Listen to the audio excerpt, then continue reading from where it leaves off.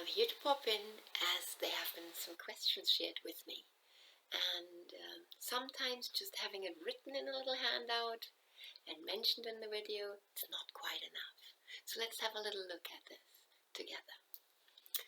It's about the phrase, I love and accept myself.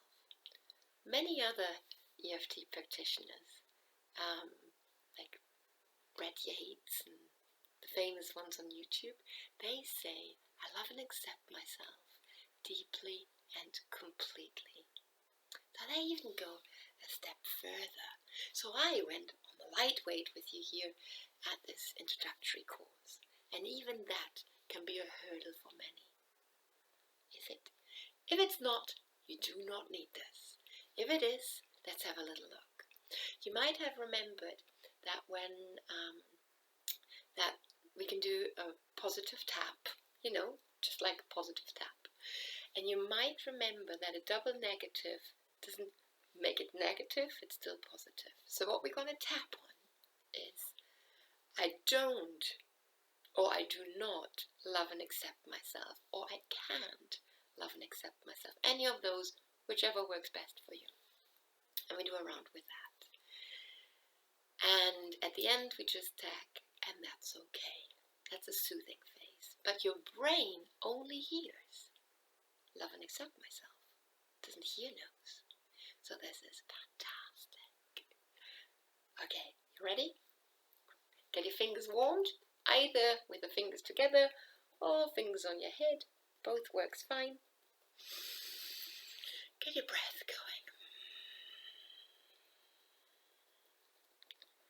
Loving and accepting yourself isn't an easy thing at all times, so don't feel bad for admitting that it's not quite there yet. All good. I don't love and accept myself. I do not love and accept myself. And that's okay.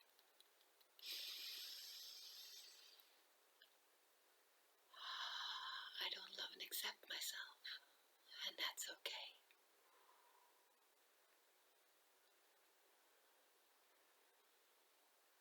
I don't love and accept myself.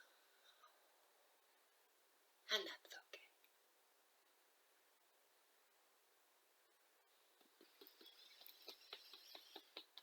I do not love and accept myself.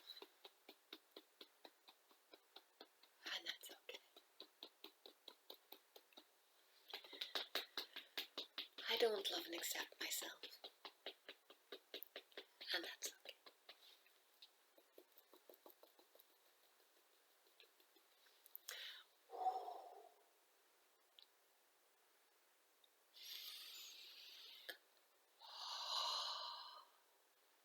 So the phrase we tapped on is, even though I don't love and accept myself,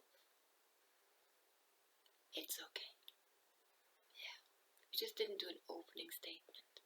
We used it like the positive flash. Still worthwhile journaling. Remember to journal the whole thing. Great. Write it down. And what's also good is to gauge it before you start. How did you feel when I asked you, do you love and accept yourself? Can you just accept that? You wouldn't be here in the video if it wouldn't have triggered anything. You would have left when I've asked you. So there must have been something. It might have been a big thing, it might have been a small thing. All is fine, just note it. So this was one round. It's not a miracle cure, and you might need many more rounds. And that's also okay. I teach you to be self-efficient, not to hang on my lips. You might have noticed that there's less and less videos as you go through the course. It doesn't mean that you need to practice less. It doesn't mean that you spend less time working on your course material. It means you become more self-efficient. You do it yourself. If you find that's an obstacle, book the 20-minute call with me and I see if I can do a little prep talk or sort things out for you. Otherwise, I'm here for one-to-one support. So after this little tap, and you might think it's like nothing, you might want to do another few rounds and just check how you feel. You either feel Okay. I might not love and accept myself completely and deeply, but that's okay. Or you might feel really sad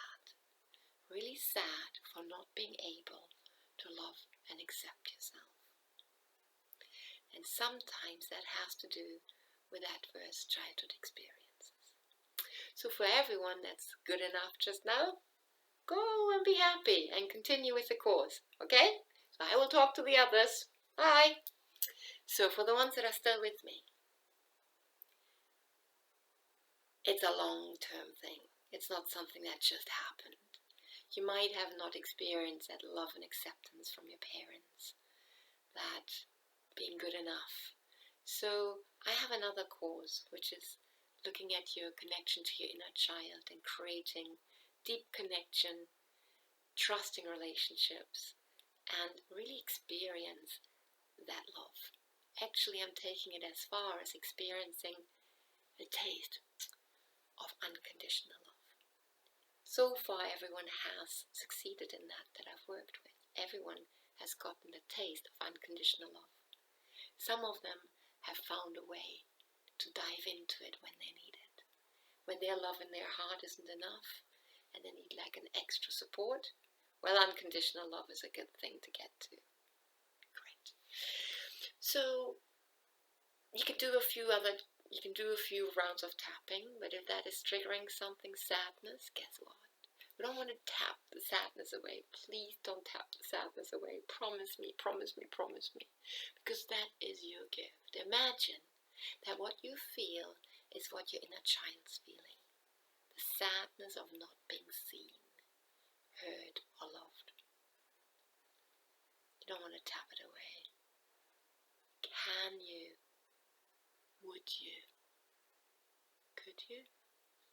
Sit with your left hand on your heart, your right hand over it, and just give that sadness a little bit of a space, a little bit of time, witnessing your inner child feeling safe enough to just breathe with you. That's all. You don't need to fix it. Don't fix it. We are so quick at fixing things. Can you do that? And if tears run, let thy tears be thy medicine. Let them run. And just stay there. Choose the right moment to do this. Make yourself a nice cup of tea, go through the tapping, and spend some time there. And if you still feel like this is really difficult on your own, maybe reach out. I'm here for you. Namaste.